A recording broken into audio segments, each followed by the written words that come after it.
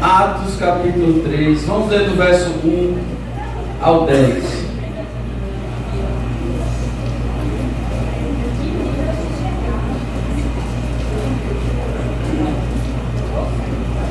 Todos acharam? Vamos ler por aqui, né? Para todo mundo, para a gente ler junto.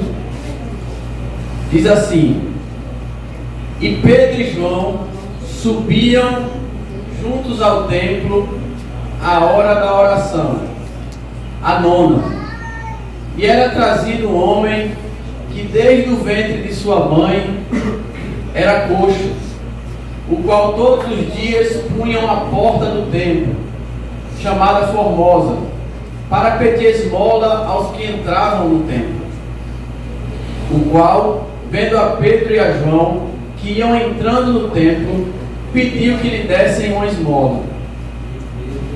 E Pedro com João, fitando os olhos nele, disse: Olha para nós.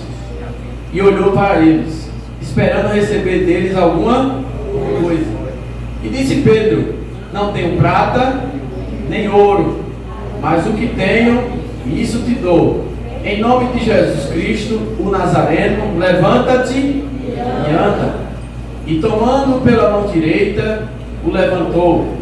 E logo os seus pés e artelhos se firmaram. E saltando ele, pôs-se em pé. E andou. E entrou com eles no templo, andando e saltando e louvando a Deus. E todo o povo o viu andar e louvar a Deus. E conheciam-no, pois era ele o que se assentava a pedir esmola à porta formosa do templo. E ficaram cheios de pasmo e assombro pelo que lhe acontecera. E apegando-se ao coxo, tá bom, até o 10. Pode ficar tranquilo. Amém? Pode sentar. Dê glória a Deus aí bem alto. Glória a Jesus, glória a Deus. Vamos embora. Vamos animar aqui o negócio. Eu queria pedir a sua atenção para a gente poder compartilhar a palavra de Deus. Todo mundo conhece esse texto. É um texto bem conhecido.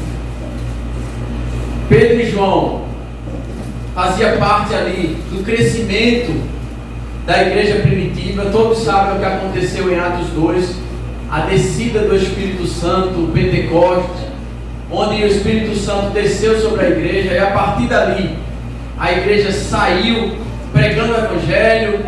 Primeira pregação de Pedro, quase 3.000 almas se converteram, e a igreja vivia ali em comunhão, vivia ali partindo pão, tinha tudo em comum entre eles. Eles não tinham nada que era individualmente de alguém, mas tudo era de todos. Era uma comunhão plena, genuína, e a igreja crescia, o número dos discípulos, e nós vemos que Pedro e João estão caminhando em direção ao templo para o momento de oração. E quando ele encontra ali, na porta do templo, na porta da igreja, um coxo, um paralítico, pedindo esmola na porta do templo. A Bíblia não diz, mas tudo indica que aquele paralítico, desde nascença, já nasceu paralítico, e pessoas levavam ele para a porta do templo para pedir o quê? Esmola.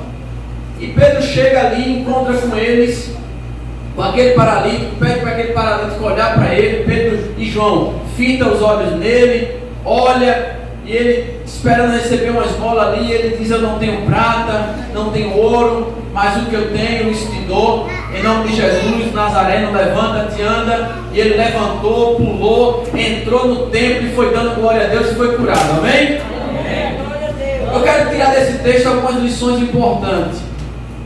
Nós nos maravilhamos com o que Deus fez através de Pedro e João, para todo mundo ver. Você vê que no final do texto que lemos, todos viram o que Deus fez na vida daquele coxo. Todos se maravilharam como Deus usou Pedro e João, a ponto que, se você andar um pouquinho mais na frente, toda a multidão fica olhando para Pedro e João, e Pedro diz assim: Por que vocês estão olhando para a gente? Como se a gente tivesse feito andar aquele homem. Não olhem para a gente, porque foi a fé daquele homem no nosso Senhor Jesus Cristo que fez ele saltar, que fez ele ser curado. Mas o interessante é que todos nós, todos se maravilharam do que Deus fez publicamente na vida de Pedro e João, através da vida de Pedro e João. Mas perceba que tudo que Deus faz publicamente é resultado de uma ação que não é pública. Pedro e João, ele está subindo ao templo para orar no privado. Repita assim comigo: o que Deus faz publicamente é resultado do que eu faço no privado. Aquilo que eu faço no privado movimenta a mão de Deus para fazer coisas públicas. Pedro e João, eles estão indo ao templo para orar.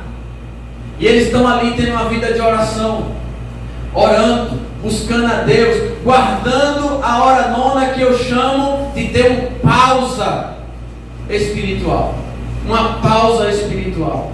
Todos nós precisamos guardar a hora nona, a hora da oração. Quantos não querem ver Deus agindo na sua vida para todos verem? Quantos não querem que Deus lhe use? Quantos não querem que Deus faça coisas através de você? Quantos não querem que o nome dele seja glorificado através de você? Mas para isso eu preciso ter comunhão com ele no privado.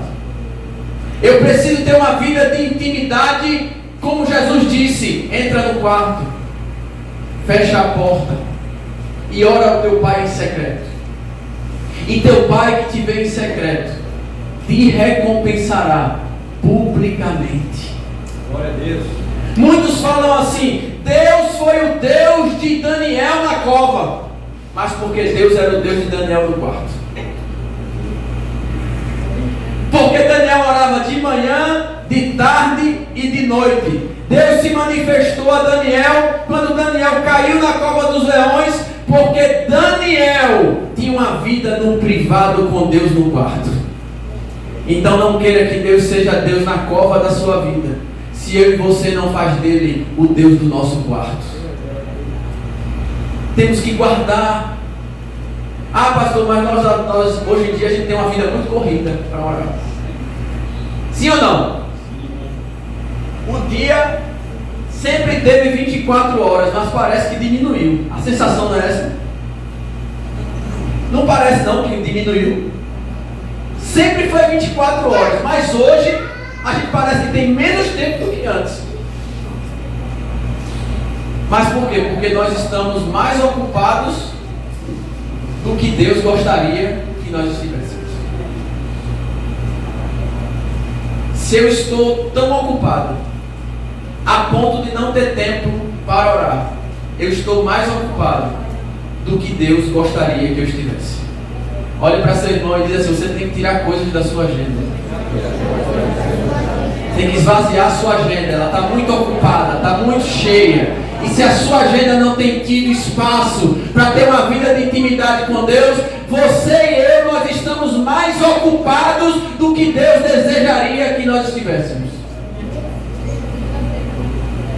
Pedro e João guardavam a hora nona, a hora da oração. E o que eles faziam no esconderijo, o que eles faziam no secreto, o que eles faziam no privado, era o que motivava Deus a fazer coisas publicamente na vida deles. Eu e você precisamos orar mais. Eu e você precisamos reservar mais um tempo para oração. É muita internet e pouca oração. É muita rede social e pouca oração. É muita televisão e pouca oração. É muito telefone e pouca oração. É muito sofá com o pé estendido na cadeira, muita comilança e pouca oração. Nós precisamos voltar a orar. Nós precisamos voltar a buscar. Nós precisamos voltar a se arrepender. Nós precisamos voltar a se humilhar na presença de Deus. Sem oração só tem um destino para mim e para você: é a queda. Quem não ora cai. Quem não ora peca. Quem não ora para. Quem não ora desvia. Quem não ora cai em tentação. Quem não ora cai na cobiça. Quem não ora cai na carne. Quem não ora não consegue controlar o velho homem. Olhe para seu irmão e diga: Deus está falando com você. Deus está falando com a gente, para a gente voltar a orar, para a preservação da nossa salvação. Aleluia! Um povo que não ora não presta nem para ser crente. Quem não ora está desviado dentro da igreja. Não. Quem não ora é um desviado dentro da igreja. Só faz trazer confusão na igreja, porque é carne pura. É carne. Quem não ora está tão morto quanto quem está sepultado já.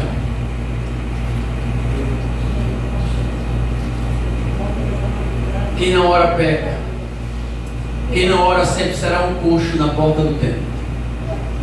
E nunca será um adorador dentro dele. Eu preciso voltar a uma vida de oração. Precisamos voltar a orar. Eu me lembro, eu estou ficando um pouquinho velho. Na época que meu irmão era crente, eu não era. As igrejas tinham muita vigília. Hoje, as vigílias são assim, porque a gente fica arrumando pretexto para não orar. As vigílias das igrejas hoje tem mais cantor e pregador do que oração. As igrejas, a vigília hoje não é vigília de oração, é vigília de música.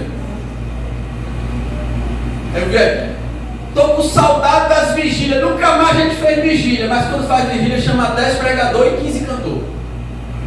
Por quê? Porque nós não estamos mais acostumados a orar. Mas eu me lembro no tempo que eu não era crente e meu irmão era. Ele me pegava, mesmo eu sem ser crente. Eu ia na Assembleia de Deus, chegava de 10 horas da noite, nem dirigente tinha. Não existia nem dirigente de vigília. A gente chegava de 10 horas, dobrava o joelho e só saía de 5 horas da manhã.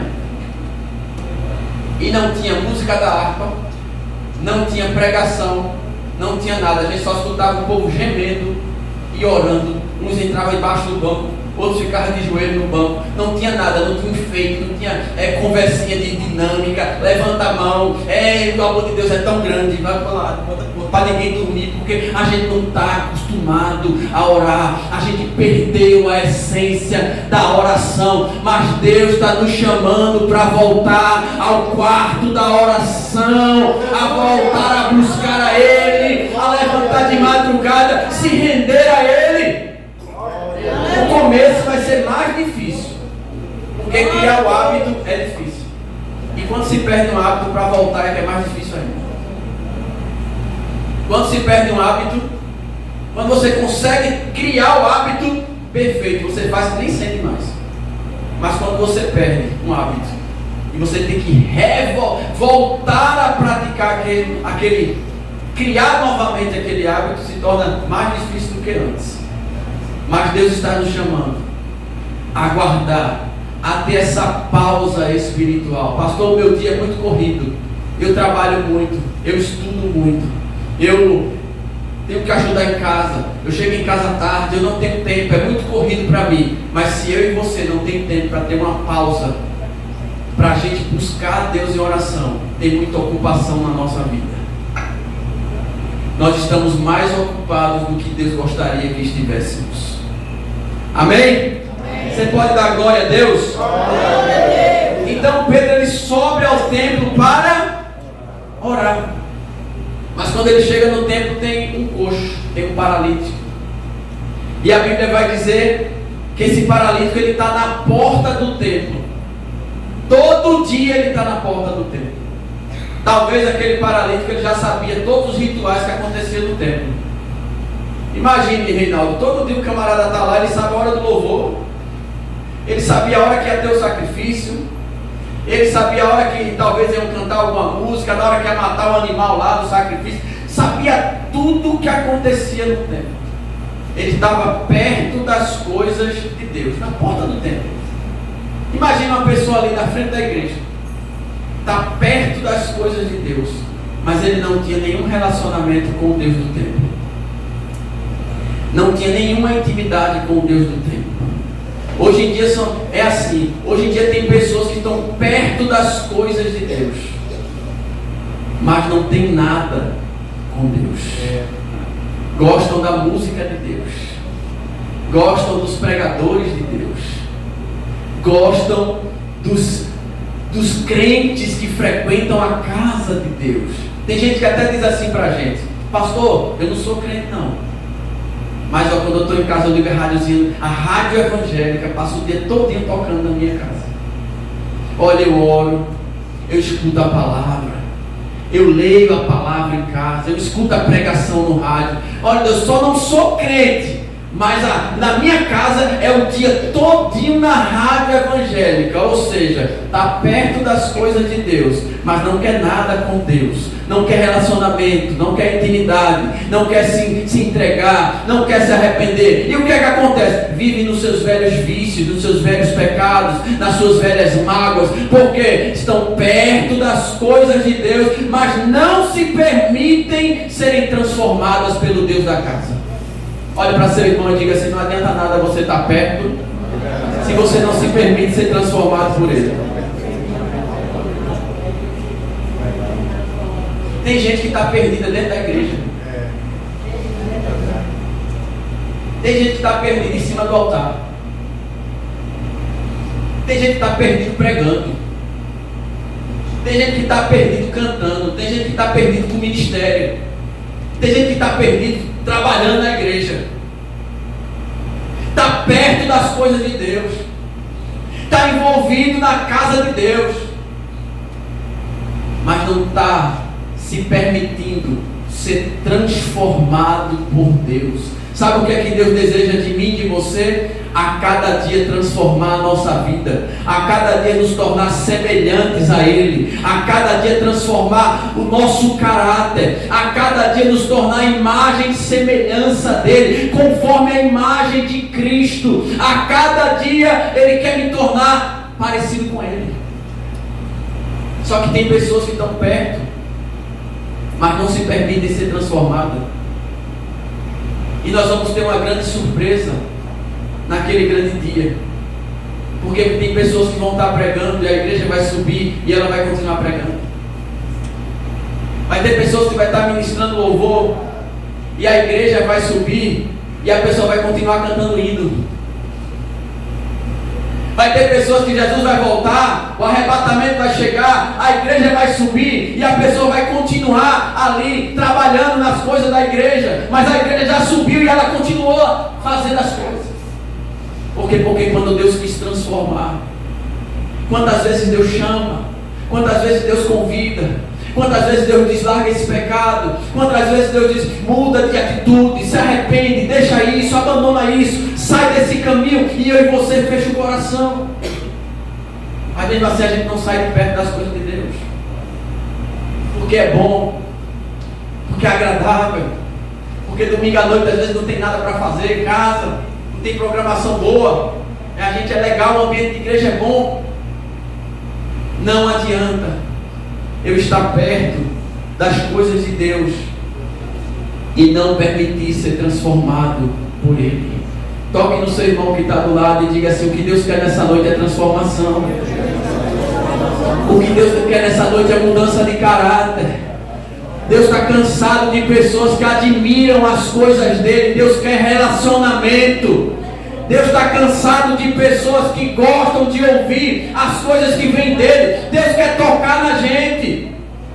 Ele quer transformar a nossa vida. A porta pode até ser formosa. O coxo estava na porta do templo chamado Formosa. A porta pode ser formosa, mas se ela não transforma a nossa vida, ela é só um obstáculo. Ela é só mais um obstáculo. É um formoso obstáculo. Se eu estou na porta do templo chamado Formosa, mas o templo que tem a porta que se chama Formosa, se ele não transforma a minha vida, é só um formoso obstáculo. Você pode dar glória a Jesus? Precisamos entender que não adianta eu estar perto das coisas de Deus se eu não me permito ser transformado por Ele. Quantas pessoas Deus quer transformar aqui? A começar por esse mago de topete calvo. Quantas pessoas Deus quer transformar, mas estão com o coração fechado, mas estão perto das coisas de Deus. E Deus está dizendo assim: eu quero tanto transformar a tua vida. Eu queria tanto poder morar dentro de você. Eu queria tanto que você saísse de perto das minhas coisas e deixasse eu estar dentro de você. Admiradores de Deus, fãs de Deus, fã-clubes de Deus, pessoas que gostam, que admiram, que elogiam, pessoas que até são curiosas para com as coisas de Deus, gostam de conhecer, de ver, de estar perto das coisas de Deus. Mas Deus está no trono dizendo assim: eu quero transformar. Eu quero transformar, eu quero viver com você, eu quero ter uma aliança com você, eu quero ter relacionamento com você. Eu não quero você perto das minhas coisas, eu quero você perto de mim. Glória a Deus. Eu não quero você perto das minhas coisas, eu quero você comigo. Aleluia. Glória a Deus. Então, Pedro olha ali, está aquele coxo, Pedro e João, e tem um momento que Pedro e João diz assim: olha para nós. Não é isso? Aí aquele coxo, a Bíblia diz que ele olha para Pedro e João fitando os olhos, Pedro e João fitando os olhos nele. Sabe, irmão, eu fico imaginando como Pedro e João olhou para aquele homem. Você já imaginou? É um coxo. Isso é mais um problema para a sociedade. A gente não olha assim? Um ser humano não, sabe o que é isso aí? Isso é mais um problema. O governo está gastando dinheiro com isso aí.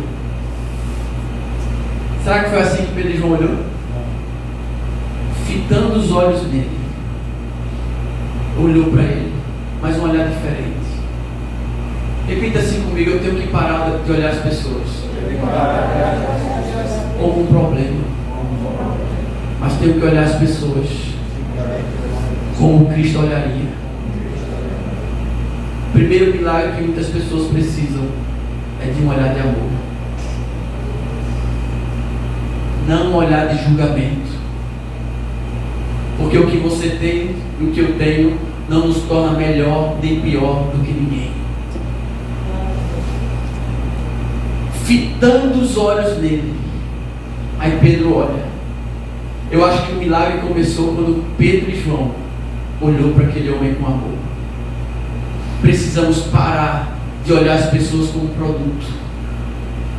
Precisamos parar de olhar as pessoas como objeto.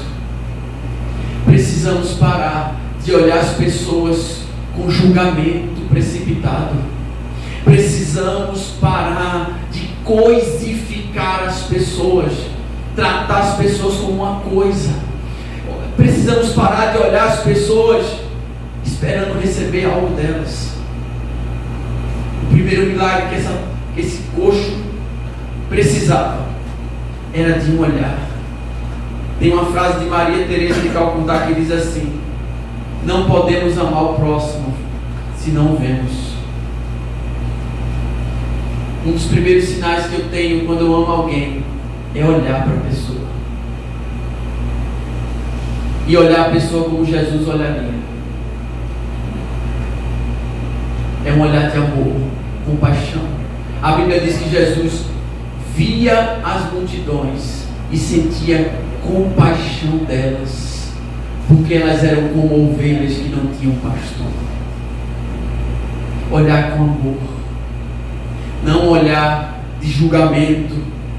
Eu fico olhando hoje muitos adolescentes. Levanta a mão aí, os jovens adolescentes. Olha ali, ó, tá ali Eric voltando aí, visitando, voltando ao primeiro amor. Eric é daqui, nunca vai deixar de ser daqui. Eric pode ir para a igreja dos Estados Unidos, ele é daqui, né? Mas a gente fica olhando os jovens. Escuta isso aqui. Você já viu a roupa que a maioria dos jovens usa? Passe ali na Várzea, na Universidade Federal. Você passa ali e vê as roupas que os jovens universitários usam. Parece um maracatu.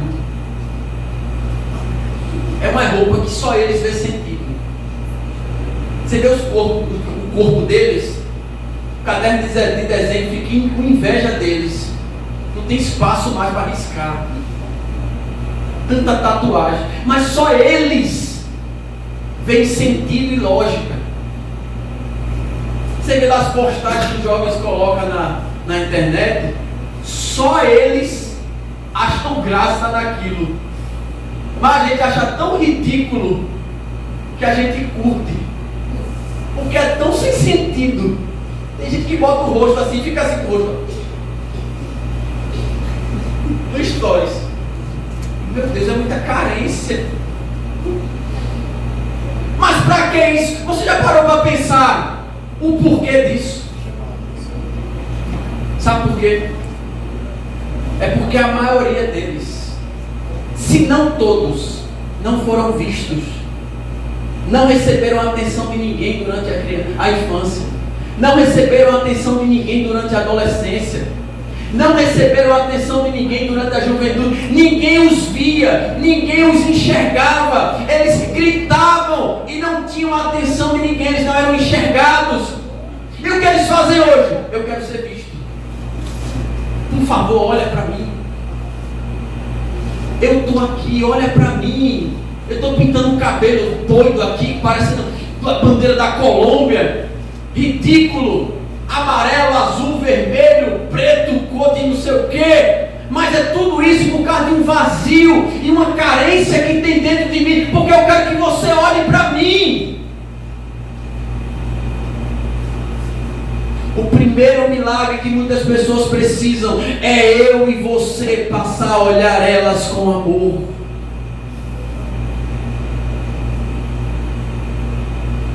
Então, nós precisamos entender isso. Precisamos entender que precisamos olhar as pessoas como gente, como Jesus vê. Olhar as pessoas com valor. Olhar as pessoas, parar de olhar as pessoas como um negócio. Eu só vou amar alguém se esse alguém tiver como me retribuir. Porque fazer amor, amar quem você sabe que amanhã pode lhe ajudar, o mundo também faz isso. Eu ajudar o pastor Jorge, eu não estou fazendo nada demais, porque eu sei que quando eu precisar, ele vai me ajudar. Eu quero ver eu e você ajudar quem não tem como retribuir a nossa ajuda. E esse amor, esse milagre do coxo, iniciou com Pedro e João olhando para eles. Muitas vezes nós estamos vivendo alienados. Estamos vivendo num contexto de miséria em nossa volta. Mas como a miséria não está na nossa casa, a gente não está nem aí para o que está em nossa volta. Na minha casa tem comida. Todo dia eu me alimento, todo dia eu vou trabalhar, volto, não falta nada. Mas às vezes alguém que precisa de um olhar meu e seu está do nosso lado e nós estamos alienados, sem sentir essa necessidade. Aí a gente chega e Pedro diz: olha para nós. E ele olha e fitando os olhos dele. Aí a pergunta que ele faz é, a Bíblia diz assim: e o coxo olhava para eles esperando receber alguma coisa. O que é que o coxo estava esperando receber de Pedro e João? Receber o quê? Espera aí, vamos lá. Ele estava pedindo o que no templo? O que é que ele estava esperando receber de Pedro e João? De bola. esperando receber dinheiro, estava esperando receber uma moeda. Mas, deixa eu perguntar algo a você. Deus deu moeda para ele? Deus abençoou o coxo, dando esmola para ele? O que foi que Deus fez pelo coxo? Acorde, irmão. O que foi que Deus deu para o coxo? Curou ele. O coxo esperava receber esmola. Deus queria curar ele. A pergunta que eu faço é: Deus frustrou a expectativa do coxo ou não? Deus atendeu a expectativa dele ou Deus frustrou o que ele queria? Mas Deus fez algo muito melhor ou não? Sim. Então repita assim comigo: Deus frustra as nossas expectativas pequenas para atender as nossas necessidades maiores. Nós precisamos entender que o coxo esperava uma esmola, mas Deus queria curar ele. E na nossa vida é assim. Nós pedimos coisas pequenas a Deus e se frustramos quando Deus diz não, quando Deus não nos dá. Mas sabe quando Deus diz não para mim e para você? É porque Ele já tem preparado algo muito maior. A gente não está entendendo, o som está tão grande, o cansaço está tão grande. Você está pedindo algo a Deus e talvez você não recebeu, eu não recebi. É porque Deus quer fazer algo muito maior. Filipenses 3:20. Ora, aquele que é poderoso para fazer infinitamente mais, além de tudo que pedimos ou pensamos, segundo o seu poder que opera em nós. Pare de reclamar por causa de migalha, pare de ficar lamentando porque Deus não fez o que você quis, porque Deus tem algo muito maior para fazer na tua vida, na vida da tua família, nos teus sonhos, nos teus projetos. Deus tem algo superior para nós. Ah, Senhor, eu estou apaixonado, me dá ela. Eu quero ela, só quero ela. Deus, eu quero uma pessoa bonita, inteligente e crente. Aí Deus faz assim: eu tenho algo muito maior para dar a você. Eu tenho uma pessoa crente, inteligente e bonita. A gente nem entendeu ainda. Olha a escala de prioridade. A pessoa está pedindo uma pessoa bonita, inteligente e crente. Mas Deus está dizendo assim: eu tenho algo maior para você. Eu vou lhe dar uma pessoa crente, inteligente e bonita. Glória a Deus. É diferente, irmão. Então, querido Deus, tem situações na nossa vida que Deus vai frustrar os nossos pequenos desejos. Mas sabe por quê? Porque Ele quer atender uma necessidade maior. Deus vai trazer algo melhor para nós, algo muito superior. O coxo esperava receber uma simples esmola, Deus lhe deu a cura. Deus é como uma criança, meu irmão. A criança chega para o pai e diz assim: pai, eu quero uma chave de chocolate. Ah, pai, não vou dar não. Chave de chocolate não, vou dar uma chave de uma fábrica. E nessa fábrica tem todos os doces e todo tipo de chocolate que você quiser. Mas daqui que a criança vem entender que a chave da fábrica, que tem acesso a todos os doces possíveis e todos os chocolates possíveis, daqui que ela vem entender que é melhor do que a chavinha de chocolate que ela quer, ela já murmurou, já puxou a calça do pai, já disse: por que o senhor está fazendo isso comigo? O senhor não me ama, o senhor não me quer, o senhor está sendo injusto comigo. Daqui que a gente vem entender por que Deus está dizendo não. Eu e você já reclamou, já murmurou, e Deus está lá no trono dizendo assim: ó, espera, descansa, eu tenho o melhor para você. O controle da tua vida está na minha mão. Eu sei o que é melhor para você. Eu é que sei os pensamentos que eu tenho a vosso respeito, pensamentos de paz e não de mal, para vos dar o fim que desejais. Parem de ficar lamentando por esmolas. Deus tem um banquete para nós. palavra. Levante sua mão e dê glória a Jesus. Abre a boca para adorar Jesus. Deus tem algo melhor para nós. Eu creio, aleluia, glória. Então o que eu faço, pastor, quando Deus frustrar minhas expectativas? Confie. Confie. Confie no projeto de Deus. Ah, irmão, eu tenho muita coisa para ensinar para o jovem que eu não sei como passar. Mas na minha juventude eu levei muito não. Levanta a mão aí. Levanta a mão aí, os jovens, tá? Vocês vão se apaixonar um dia, viu? Não é coisa de mundano, não é coisa de crente mesmo. Crente se apaixona. E quando ele se apaixona, ele olha para o poste e imagina a pessoa. Olha para um cachorro da rua e imagina a pessoa vindo. Aonde a gente olha, a gente imagina a pessoa que está apaixonada.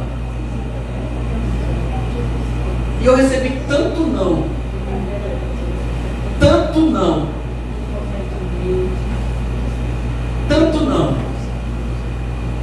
Mas hoje, eu olho para trás e eu falo assim: por que eu chorei pelos não que eu recebi? Teve uma moça que acabou o namoro comigo com 3 meses, quase que eu jogo a Bíblia para cima. Fui para dentro de umas fábricas que tinha lá na Ibiribeira e disse: Jesus, me leva. Foi 3 meses, toda arrumadinha para ir passeia lá da paz, não me lembro. Olha, todo alinhado. 3 meses de namoro, Reinaldo. Todo alinhadozinho, todo perfumado. Primeiro emprego.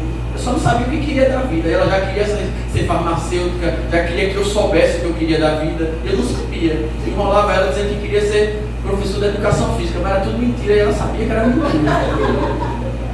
Aí eu todo alinhado. Bora pro culto, ceia. Depois do culto vai ter selinho. Aí ela fez assim: meu Pai do Senhor, ela acabou. Aí eu disse: não, meu Pai do Senhor. Ela perguntou dizendo: acabou. Eu disse: mas como assim acabou? Toda alinhada assim desse jeito. Toda arrumadinha do jeito que eu estou, acabou. Eu falei: não dá mais não. Aí eu tinha uma Bíbliazinha azul de jovem. Aí na minha mente eu falei assim: vou jogar essa Bíblia para cima. Ela saiu, acabou, não sei nem se eu vou cear mais. Aí eu peguei a Bíblia, fiquei se balançando na Bíblia, assim, mirando, né? Aí eu jogar assim pra cima, não fazer isso não. Aí desisti, fui lá para dentro de umas fábricas que tinha ali na Ibiribeira, perto da passarela, não tem umas firmas ali, sentei no meu fio daquele: Jesus, por que o senhor não leva a minha vida? Me leva. Eu não tenho sentido mais para viver não. Não quero mais viver, ninguém gosta de mim. Não dá. Aí o tempo passa. O tempo passa. Aí eu olho para trás. Aí estou aqui com minha esposa, com as filhas. Por que eu agi assim? Por que eu não confiei que Deus tinha algo melhor para mim? Eu me arrependo de cada lágrima. Eu me arrependo de cada desespero. Eu me arrependo de cada pergunta. Eu me arrependo de cada questionamento. Meu irmão, o caminho do cristianismo é agora anular a soberania da minha vontade para confiar na soberania da vontade de Deus. E eu fiquei ali, feito Elias na caverna. Não tem sentido mais a vida. E Deus dizia: sai da caverna que eu tenho algo melhor para você. Então, querido, Deus frustra. Agora levante sua mão aí que eu vou dizer algo para você. Levante sua mão. Todas as vezes que Deus frustrar as suas expectativas pequenas, Deus já preparou algo melhor para atender uma necessidade maior na tua vida. Deus vai atender uma necessidade maior na sua vida. Isso que você está sendo frustrado não é o que Deus tem para você no momento, porque Deus tem algo maior. Deus tem algo maior. Deus já tem algo maior preparado. Aleluia, glória a Deus. Agora a questão é: eu confio ou não? Glória a Jesus. Eu não me desviei por causa disso não. me desviei não. Só liguei pro gerente dizendo que não tenho condições de trabalhar na segunda. Não tenho condições de trabalhar na segunda. Mas o que foi, meu filho? Não, ela não quer nada comigo não. Então é o seguinte, vai procurar o seu pastor para conversar com ele. Aí lá vai eu ligar pro pastor Durde, sair não sei da onde, em Casa Amarela, para conversar comigo em Largo da Paz. Não estou indo buscar minha filha, mas eu vou passar aí para conversar com você. E o que foi? O que foi, Eda? Eu quero morrer, eu quero sumir. Mas Deus já tinha algo melhor preparado para mim. E Deus já tem algo melhor preparado para você, meu irmão. Ah, mas uma porta se fechou. É porque essa porta não tem o melhor de Deus para você. A porta que Deus vai abrir tem um salário melhor, tem um ambiente melhor, tem pessoas melhores para estar em sua volta. Glória a Deus. Precisamos entender isso. Evangelho é assim, a gente confia, não confia. Quem confia vive o que Deus tem projetado. Então vamos lá. Aí olha que interessante. Ele diz assim: fita os olhos, olha bem. Aí eu não tenho prata e não tenho ouro, mas o que eu tenho, isso te dou. Em nome de Jesus, o Nazareno, levanta. Nesse versículo que ele diz, eu não tenho prata nem ouro, eu quero falar sobre 4 coisas. Primeiro, a honestidade ministerial de Pedro e João. Ele não fingiu. Ele disse assim: olha a realidade, olha a honestidade ministerial. Eu não tenho ouro. Pelo contrário, primeiro é prata. Eu não tenho prata.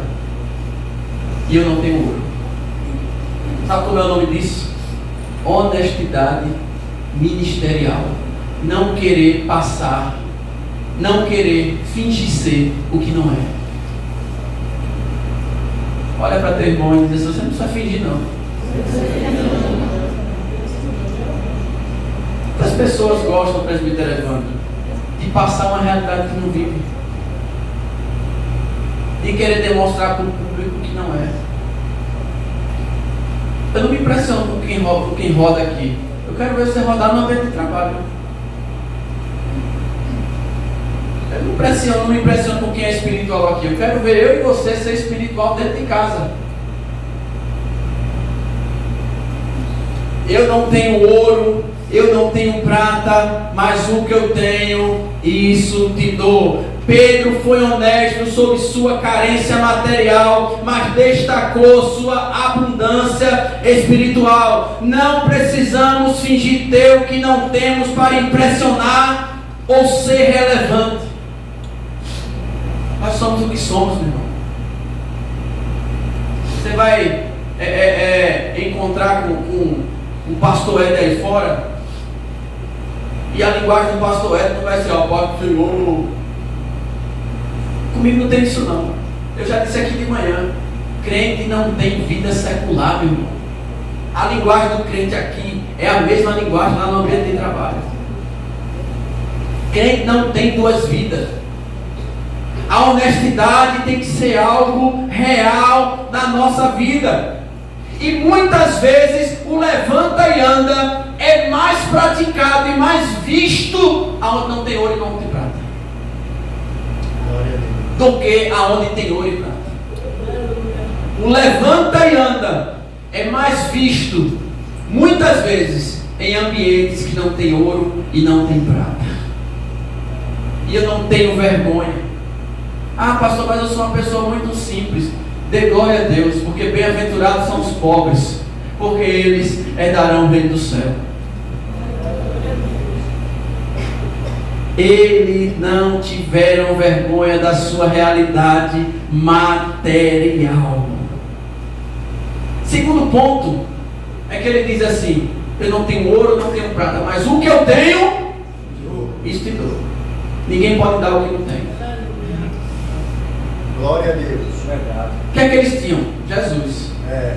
Então toma, poxa, Jesus. As pessoas estão cansadas, escuta isso aqui, de pessoas que repetem o que leu.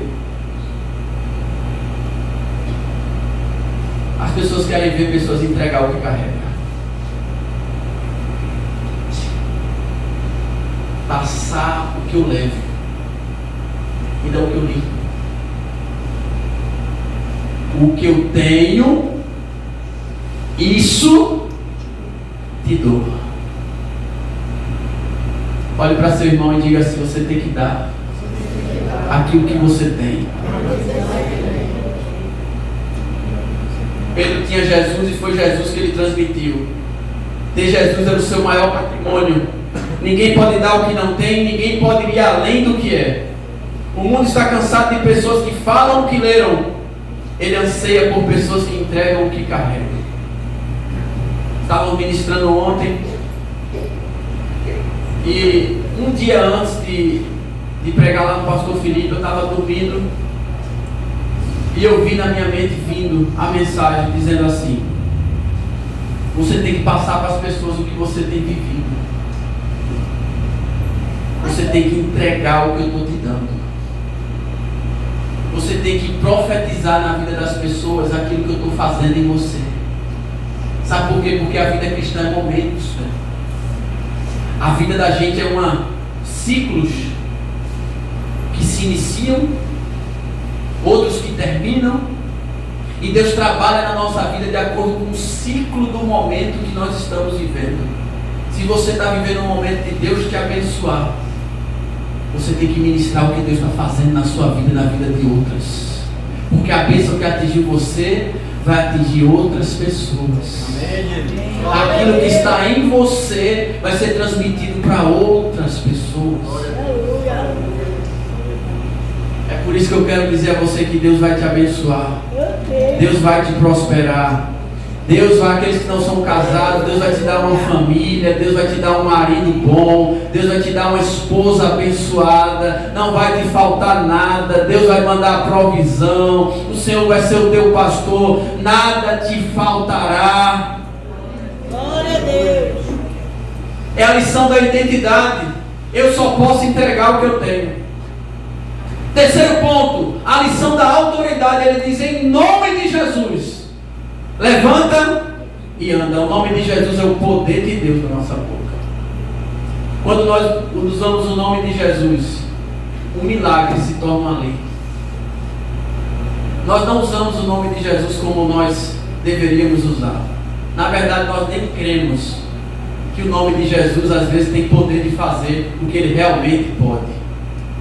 Nós usamos o nome de Jesus de forma comum, mas não de forma espiritual. O nome de Jesus, ele tem poder de quebrar cadeias, como quebrou de Paulo e Silas quando eles estavam presos. O nome de Jesus tem poder de curar o leproso, limpar a pele do leproso como ele curou, de curar, estancar o fluxo de sangue da mulher do fluxo de sangue. O nome de Jesus, ele manda no céu, manda na terra, manda embaixo da terra. No nome de Jesus, os demônios têm que se curvar, têm que prestar continência.